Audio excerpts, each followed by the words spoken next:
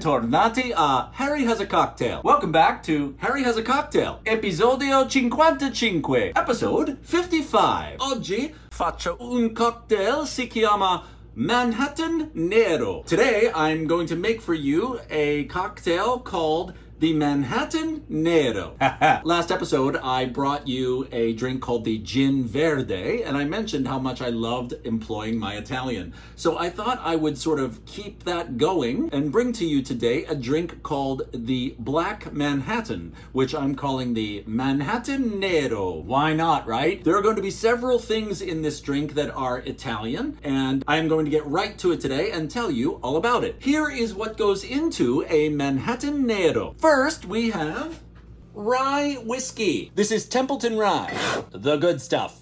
Next, we have Averna. I have used Averna before here on the program. This is what is called an Amaro. This is one of the best Amaros around. It lands on so many people's lists when it comes to Amaros that you should try. Amaro in Italian means bitter. There are so many different brands of Amaro. They all have very different flavor profiles. Averna, I often talk about it being sort of chocolatey. Amaros are generally made from just a mixture of all kinds of aromatics and roots and bark and all kinds of things they ferment in here to make these really amazing flavors. Averna is also made in the same area of Italy that my grandfather's people come from, which is Sicily, Sicilia.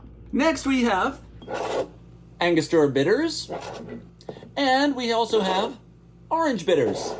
And we are going to top it off with Amerena Sotto Spirito. I last used these in episode 34 when I made the last word. These were made for me by my very good friend Doug Frew. Hi Doug! Amerena Sotto Spirito essentially means cherries under alcohol. So we could also call these boozy cherries. Cherries under booze. We are going to make this in a mixing glass.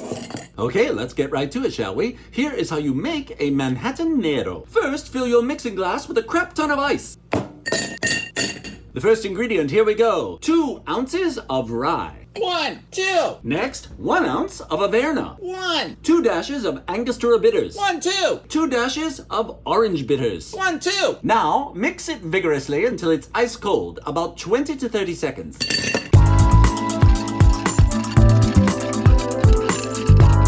Okay, next we are going to strain it into a chilled coupe glass. It's so chilly.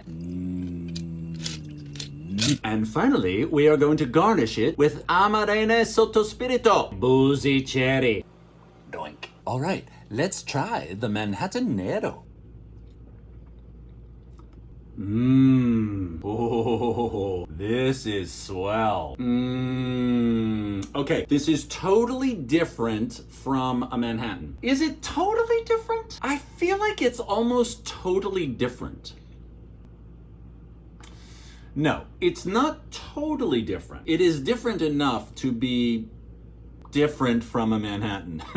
It has a lot of the same qualities as a regular Manhattan. It sort of has a warmth to it. It has a light sweetness to it. It has a sort of winter feeling to it, which is another reason why I wanted to make this, because it's starting to get a little bit chilly here in New York with the fall coming, although not cold enough for my tastes right now. It's like once it turns October, it's like, let's go, let's get chilly. Usually when you're making a Manhattan, you would have 2 ounces of bourbon, 1 ounce of sweet vermouth, and then 2 dashes of Angostura bitters. So think about what we put in here. Rye instead of bourbon. Rye is slightly more spicy than bourbon.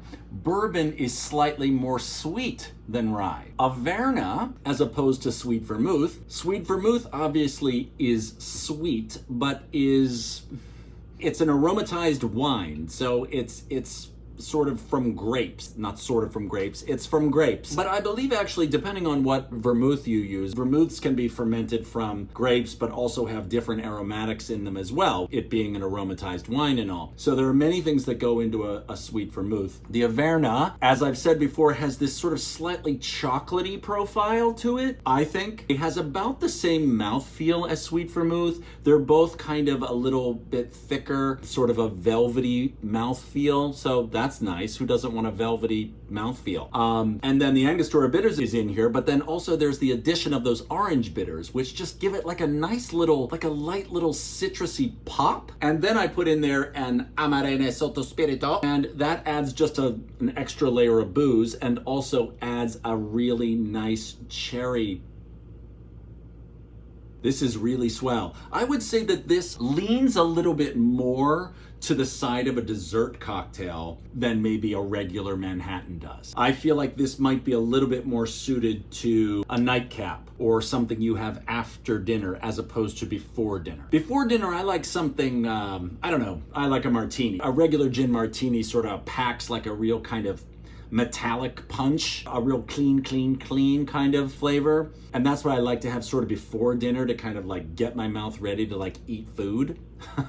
This tastes a little bit more like something you'd want to have afterwards. Maybe have this and then maybe a cup of coffee, or maybe this with a cannoli or some tiramisu or pizzelles perhaps, whatever other Italian desserts you might have lying around. I would definitely serve this to guests. This is fantastic. If somebody wanted something a little bit more sweeter than a traditional Manhattan, I would go for this. Delina, I still don't think this is sweet enough for you, but I don't know, give it a try. Maybe we'll get you liking some more, a wider array of drinks, you know? Okay, that's it. Okay, è tutto. The Manhattan Nero. Thanks as always for watching Harry Has a Cocktail. Grazie come sempre per avere guardato Harry Has a Cocktail. And we'll see you back here next time. E ci vediamo qui la prossima volta. Cheers. Saluti.